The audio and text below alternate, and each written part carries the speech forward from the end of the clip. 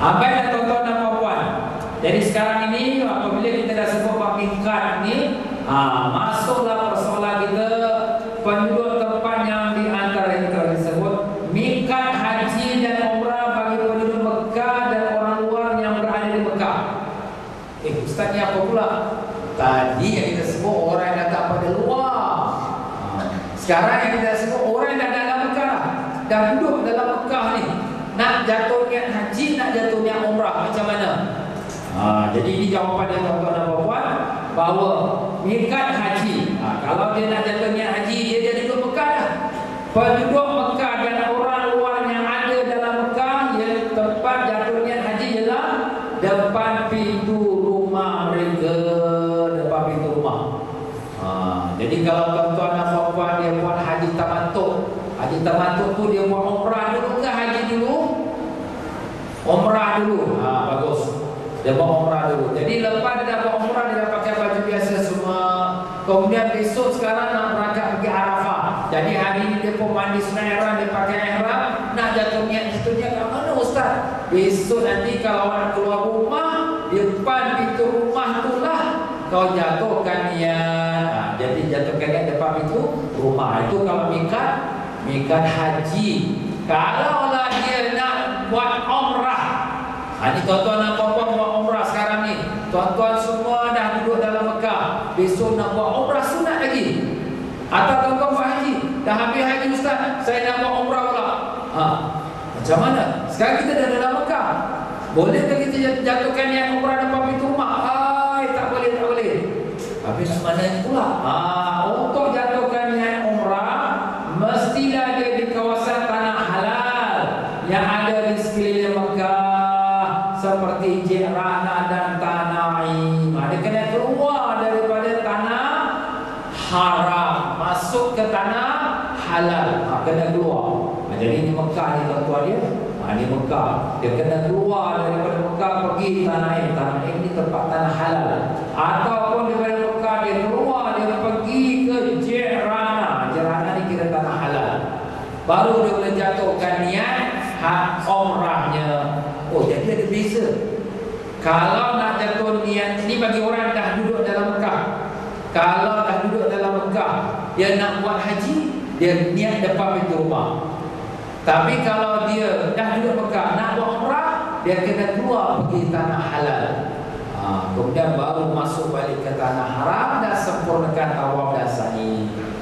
Kalau dia tak keluar, kalau dia tak keluar, dia duduk dalam tanah haram, dia jatuhkan niat umrah, wajiblah dia kena dam. Jadi begitulah dia. Jadi miqat umrah ialah kawasan tanah halal yang ada di sekeliling Mekah, seperti Ji'rana, Tanaim. Maka sesiapa saja berada di Mekah, maupun penduduk atau pendatang, jika mereka nak buat umrah, wajib mereka berihram, berniat di luar dari tanah haram. Tidak kira mana-mana, asal saja di luar tanah haram, dan melakukan solat sunat ihram, baru jatuh niat. Tapi jika dia tidak jatuhkan niat sehingga dia masuk balik ke dalam kawasan tanah haram, kemudian baru dia jatuhkan niat umrah, maka hendaklah dia pulang ke miqat. Jika tidak, maka wajiblah atasnya dam kerana melanggar miqat.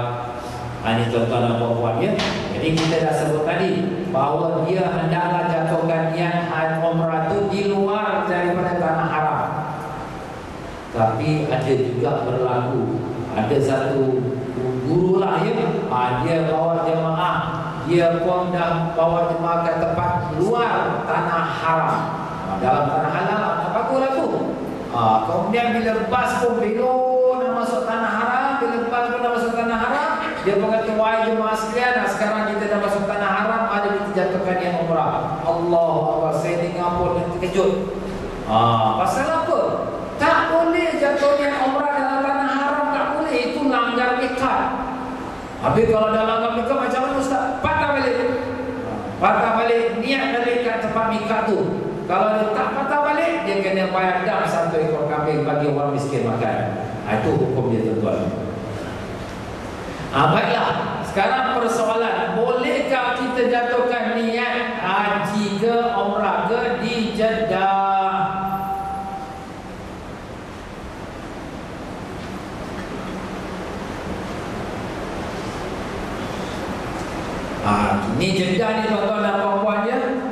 Satu bandar pelabuhan, semua kapal terbang, pelabuhan, kapal-kapal laut semua berhenti kat Jeddah.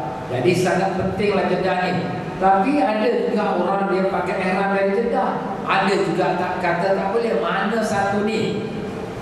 Jawapan kita sah Jeddah jadi ikat untuk jatuh niat umrah ataupun haji. Kalau orang tu datang dari Mekah ke Jeddah atau sememangnya berasal dari Jeddah. Dia datang dari Mekah, dia datang dari Mekah, dia kerja, dia pergi Jeddah. Jadi apabila dia pergi Jeddah dekat pagi, daripada Jeddah dia pun cadang, aku nak buat umrah lah balik ni. Dia pun jatuh niat di Jeddah, dia pergi Mekah. Boleh ya? Memang boleh pasal dia memang orang Mekah. Tetapi kalaulah dia bukan orang Mekah, dia sekarang pada Jeddah sendiri. Daripada Jeddah dia memang penduduk Jeddah. Penduduk Jeddah, dia nak jatuh niat umrah. Dia berniat depan pintu rumah dia. Macam tadi kita sebutkan, kalau orang yang duduk antara Mekah dengan ikat, maka kat mana dia ada, kat situ dia jatuh niat. Itu dia punya hukum dia. Tetapi dalam masa ini, kalaulah sekiranya ada orang yang bukan daripada orang Jeddah dan bukan juga daripada orang Mekah, jadi Jeddah tidak boleh dijadikan ikat untuk menjatuhkan niat haji atau umrah bagi mereka yang datang dari luar ikat tersebut. Tak boleh. Macam kita dari Singapura, kita tak boleh jatuh niat di Jeddah. Ya, sebab kita bukan daripada orang Mekah dan bukan orang Jeddah. Tapi pada pendapat setengah ulama memfatwakan harus jatuh niat di Jeddah. Seperti Imam Ibn Hajar, berdasarkan bahawa Jeddah itu melebihi 2 marhalah dari Mekah. Seperti lapangan terbang Jeddah sekarang ini lebih dari 2 marhalah ke Mekah. Tapi bukan bandar Jeddah, kerana bandar Jeddah itu tak sampai 2 marhalah. Jadi itulah dia tuan-tuan dia. Kalau sekiranya ada satu pendapat ulama, dan ulama ini pun bukan sebarang orang pula. Imam Ibn Hajar Al-Haytami rahimahullah ta'ala, beliau memfatwakan boleh jatuh niat di Jeddah. Tapi Jeddah lama tuan-tuan dia lebih 2 marhalah. Pasal jalan dia bengkok-bengkok. Kalau Jeddah baru dia straight dah sampai Mekah, jadi tak sampai 2 marhalah. Jadi kita, tapi kalau kita dari airport Jeddah atau terminal Haj, itu 2 marhalah, lebih dari 2 marhalah, ada 100 km lebih dah. Itu boleh jatuh niat haji atau umrah. Pada pendapat Imam Ibn Hajar, satu ulama saja. Jadi kalau yang lebih baik itu tidaklah kita berbuat demikian. Lebih baik kita jatuh niat dalam kapal terbang sebelum landing, ya. Tapi kalau ada orang yang buat macam tu, dia tu salin ihram kat Jeddah, boleh ke? Itu Ustaz dia cakap itu ada satu pendapat ulama dan boleh. Sudah, kita jangan gaduh-gaduh. Itu dia punya pendapat. Tapi yang lebih baik kita berhati-hatilah dalam